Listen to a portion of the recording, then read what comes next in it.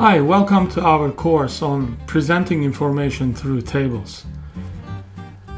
There should be one very important distinction between this course and some others like it. This is not a course about how to manipulate Excel tables, which mainly consists of numeric data, but rather on the presentation aspect of it, how to display information that are trapped in big text blocks, paragraphs, and how to make them more accessible, more useful to your readers. If you search Google for Excel tables, you will see a lot of excellent examples of data tables presented in Excel. And as I said, these type of tables are handled by many other courses available.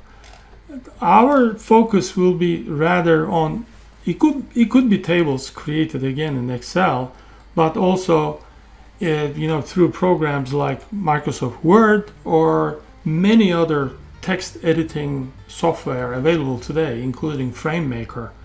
So the idea is how to make presentation of information intelligible, more user-friendly, and creating a high and pleasant user experience rather than crushing the numbers and deriving certain numerical statistical conclusions from such tables. So having made such an important distinction, let's move on with our next lesson.